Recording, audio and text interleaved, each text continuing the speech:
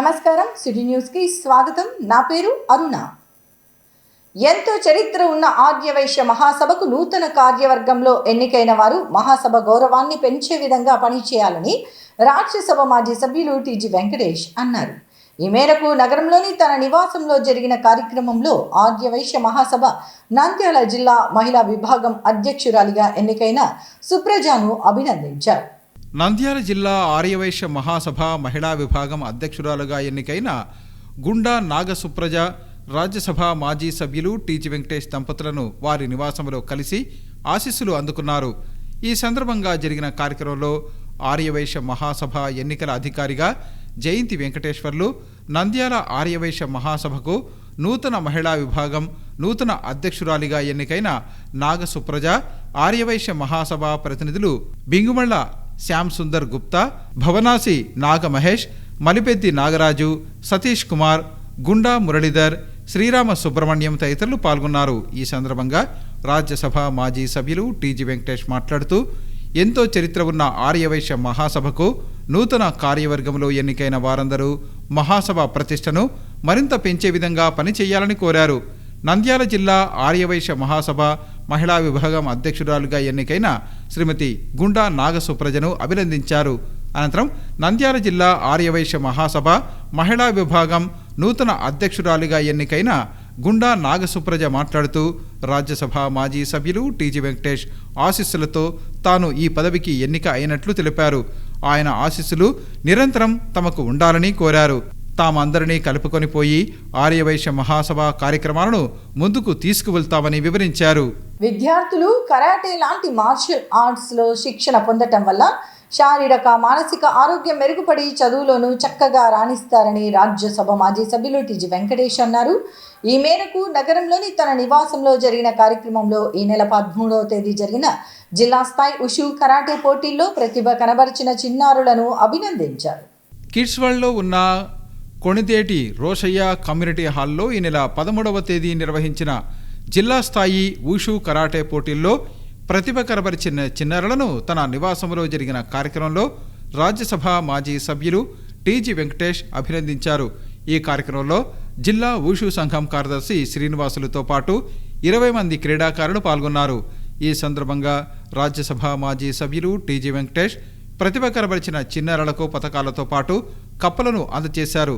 ఈ సందర్భంగా ఆయన మాట్లాడుతూ కరాటే లాంటి మార్షల్ ఆర్ట్స్లో శిక్షణ పొందటం వల్ల శారీరక మానసిక ఆరోగ్యం మెరుగుపడి చదువుల్లోనూ విద్యార్థులు రాణిస్తారన్నారు. ముఖ్యంగా క్రీడల్లో పాల్గొనటం వల్ల క్రమశిక్షణ అంకితభావం పెరుగుతుందన్నారు.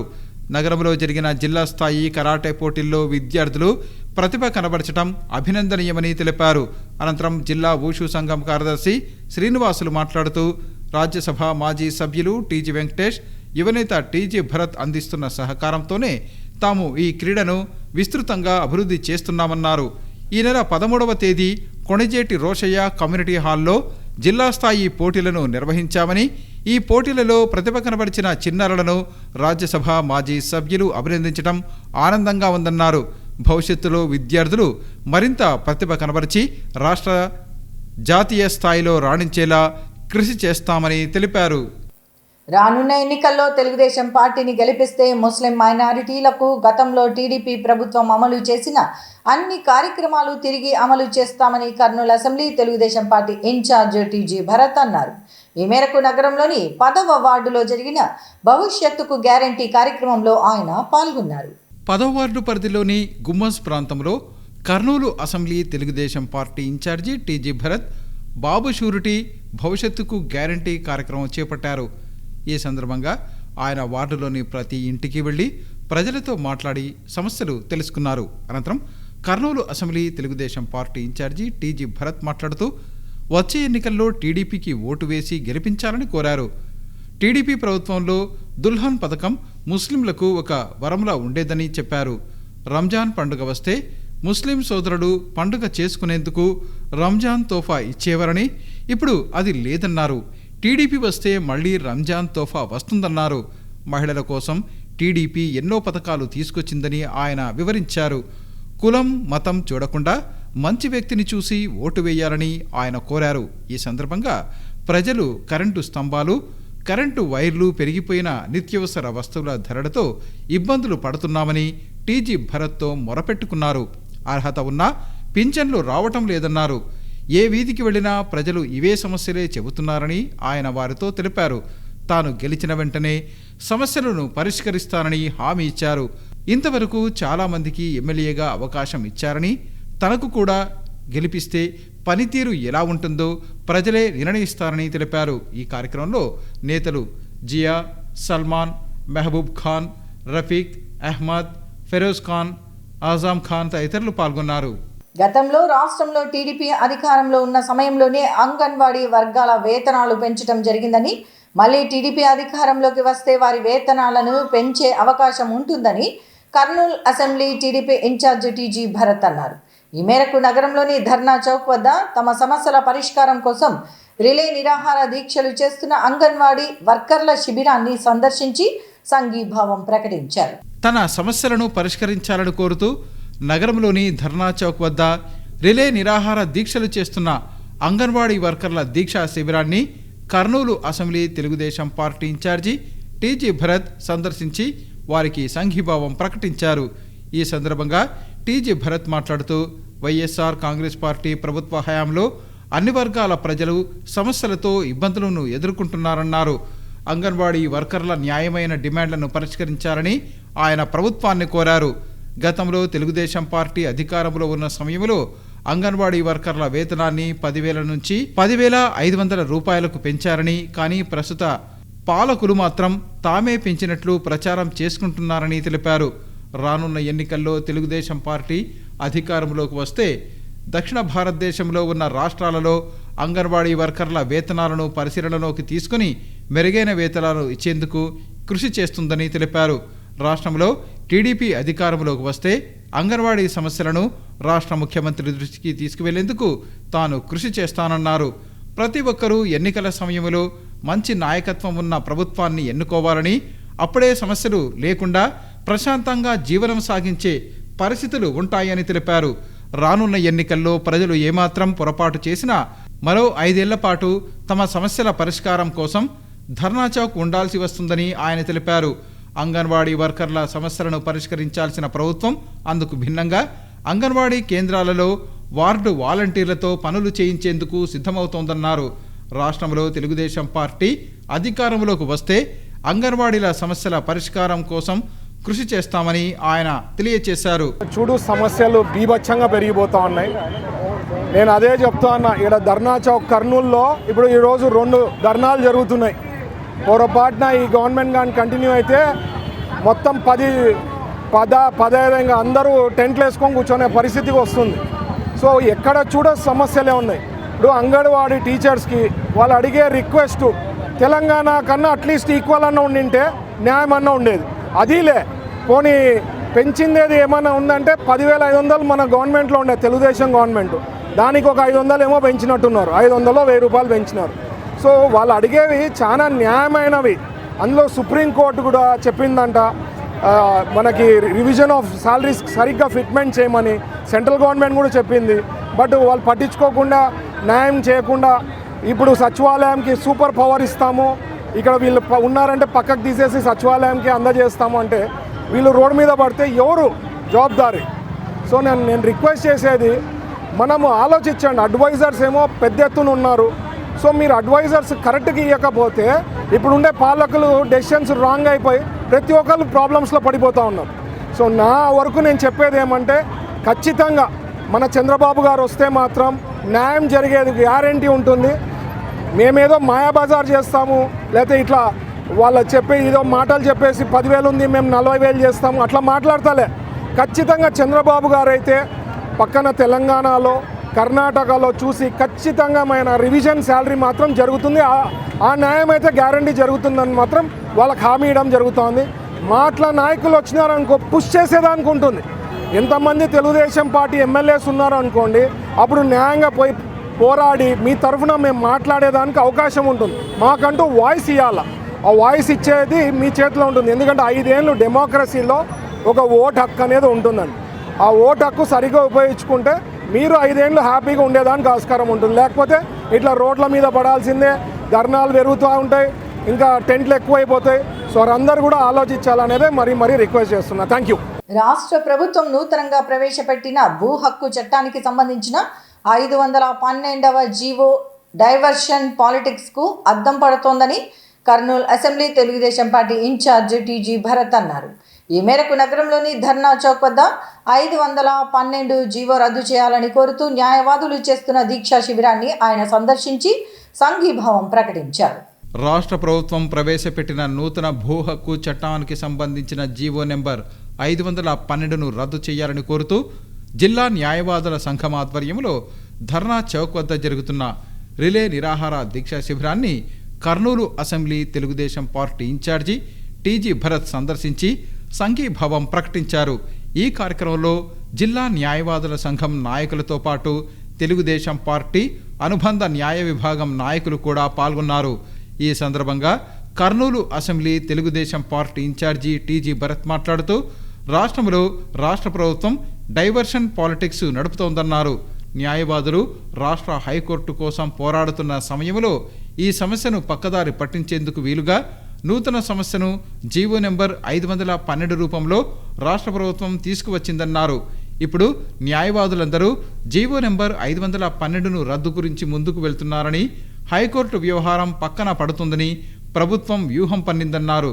రాష్ట్రంలో తెలుగుదేశం పార్టీ అధికారంలోకి వస్తే 6 నెలల నుంచి సంవత్సరంలోగా కర్నూలులో హైకోర్టు బెంచ్ ఏర్పాటు చేసేందుకు చర్యలు తీసుకుంటుందన్నారు. సమాజంలో న్యాయవాదులకు మేధావులుగా పేరు ఉందని, అలాంటి వారు ఎన్నికల సమయంలో మంచి నాయకత్వం ఉన్న ప్రభుత్వాన్ని ఎన్నుకునేందుకు మార్గదర్శకంగా ఉండాలని కోరారు. రాష్ట్ర ప్రభుత్వానికి ఎక్కువ మంది సలహాదారులు ఉన్నారని, వారు ఏం చెబుతున్నారో అర్థం కాని పరిస్థితిలో నెలకొన్నాయని వివరించారు. ఇప్పటికైనా రాష్ట్ర ప్రభుత్వం కళ్ళు తెరిచి న్యాయవాదుల సమస్యలను పరిష్కరించాలని ఆయన కోరారు.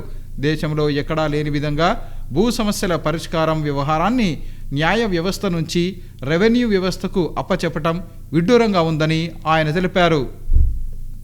పెద్దలు, మిత్రులు చాలా మంది ఉన్నారు. సీనియర్ న్యాయవాదులు, అడ్వకేట్స్, ఎప్పటి నుంచో ప్రాక్టీస్ చేస్తున్న వాళ్ళు, బార్ అసోసియేషన్ ప్రెసిడెంట్స్, అందరికీ నా నమస్కారాలు. గుడ్ మార్నింగ్ అండి. ఇప్పుడు రియాలిటీ అర్థమవుతా ఉందా సార్ అందరికీ? ఇప్పుడు కూడా నేను చెప్తున్నా, ఇదన్నీ కూడా it is all called diversion politics. ఎందుకంటే 3 రాజధానులు అని చెప్పారు. ఇప్పుడు ఇక్కడ హైకోర్టు తేలేరు.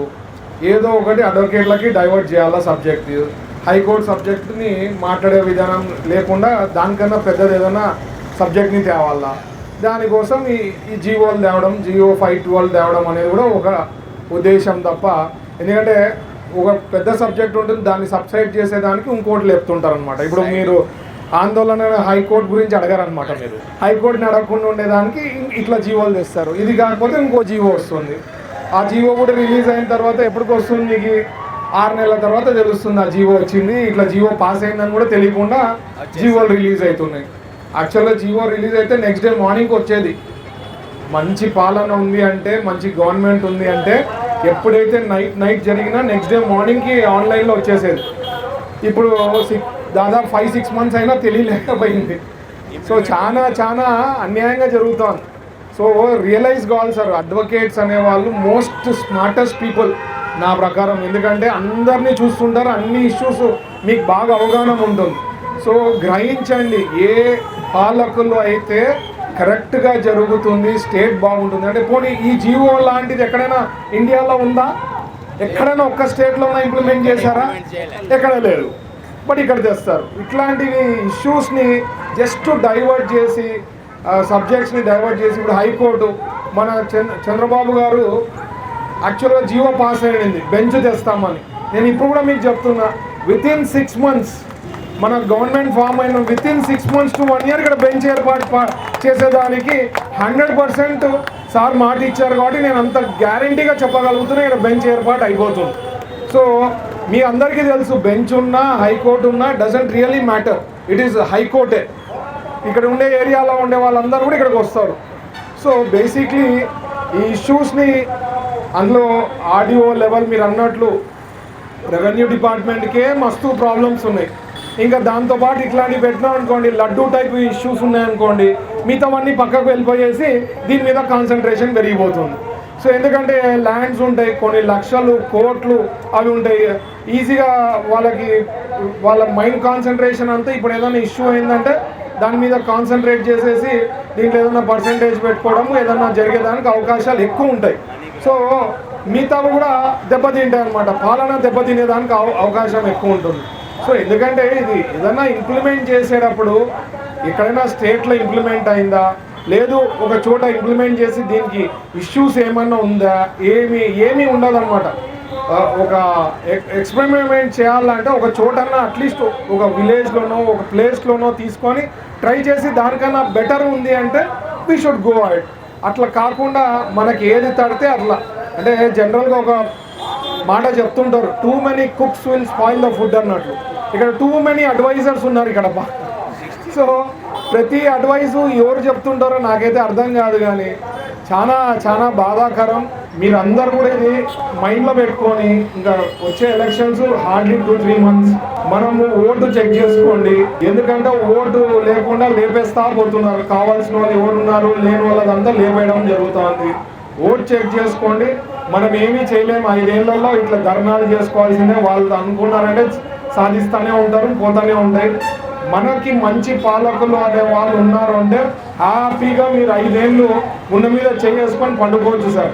లేదు అంటే ఈ ఇష్యూస్ పెరుగుతూ పోతాయి, మీకు ఈ ప్రాబ్లమ్స్ పెరుగుతూ పోతాయి తప్ప తగ్గవు. సో మీరు ఆలోచించి నిర్ణయం తీసుకోవాలని చెప్పి అడ్వకేట్ ఫ్రెటర్నిటీగా అందరికీ కూడా నేను రిక్వెస్ట్ చేసేది, అవకాశం ఇచ్చిన పెద్దలకి అడ్వకేట్ ఫ్రెటర్నిటీకి అందరికీ ధన్యవాదాలు. పార్టీలో నూతనంగా చేరిన వారందరూ పార్టీని మరింత బలోపేతం చేసేందుకు ప్రణాళికాబద్ధంగా పనిచేయాలని Kurnool assembly Telugu Desam party incharge TG Bharat అన్నారు. ఈ మేరకు నగరంలోని 6వ వార్డుకు చెందిన పలువురు యువనేత టీజీ భరత్ సమక్షంలో టీడీపీలో చేరారు.